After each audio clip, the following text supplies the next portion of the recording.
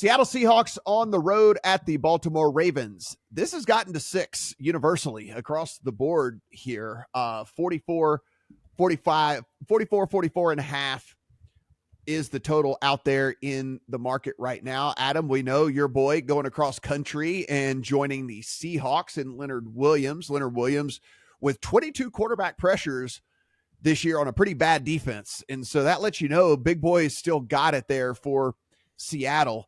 Of course, the Ravens look very, very mediocre last week after looking like world beaters the week before. Is 6 too much, or what do you think here in this one? I'm going to give you one little caveat on Leonard Williams, and I do think Leonard Williams is still a very good player.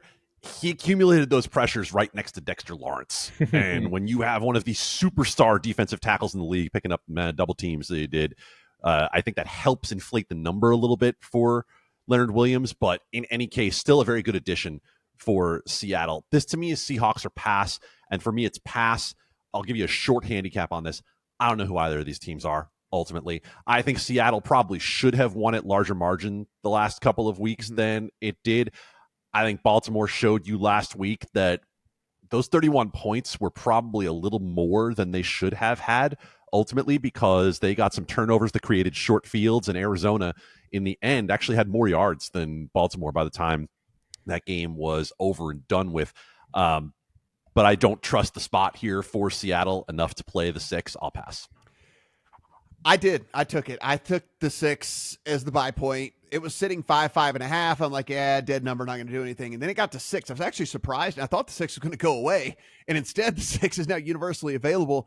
Stephen, everybody buying in on Baltimore. I think that there is a little bit of a lack of respect for the Seattle defense in this one. I don't think that I think the offense is probably correctly rated in the fact that, like, yes, they have a bunch of playmakers, but Geno Smith's going to make a couple of bonehead plays throughout the course of a game, and you just kind of have to deal with all of that. But I don't think the defense gets the credit that it deserves. It's a very good run defense. They have the number 1 rated cornerback in all the NFL in Witherspoon, and they actually get decent pressure on the quarterback as well without having to blitz. And now you bring in Leonard Williams, who can help with that run defense, which is already really good. And maybe, as Adam just pointed out, piggyback on some of those pressures that these guys are already getting as it is.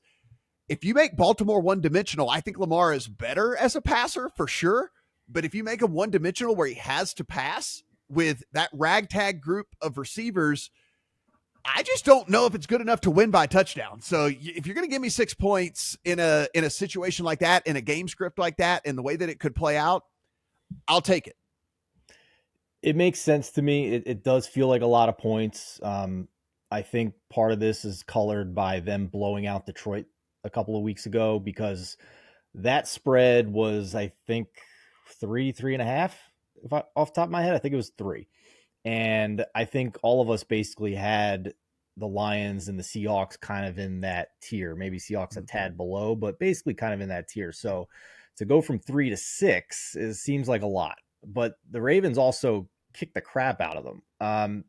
And one of the things I wanted to look at in this matchup was these quarterbacks against man and against zone. Now, Lamar Jackson has been very strong this year against zone defense. He is number 8 among all quarterbacks in completion percentage, around 74%, with a passer rating of 104. That ranks number 6 against zone defense this year.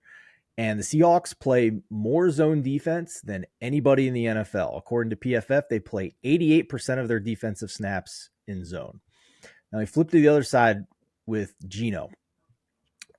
Even though the Ravens only play zone coverage at the number 24 rank in the NFL, it's still 70% of the snaps. Like, I think this goes, by the way, to why we've seen lower scoring. A lot more zone defense, a lot more 2 deep safeties, but I digress.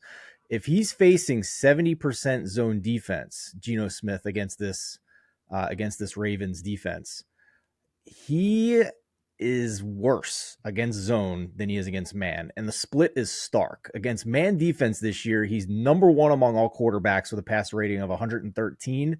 His passer rating against zone is 74, worst in the NFL, which got my attention, which is why I stayed off of Seattle +6 here. And I don't know it's a lot of points, Matt. I get it, but I want to ask you your eye test watching Geno the last few weeks. It's like they move the ball and then he makes a dumb mistake and Yeah, you throws take the good with the bad. Yeah. Yeah. I mean, I just think he's average, right? Yeah, you just have to take the good with the bad, right? And like the other thing I guess that I do like from a +6 in particular territory is like, look,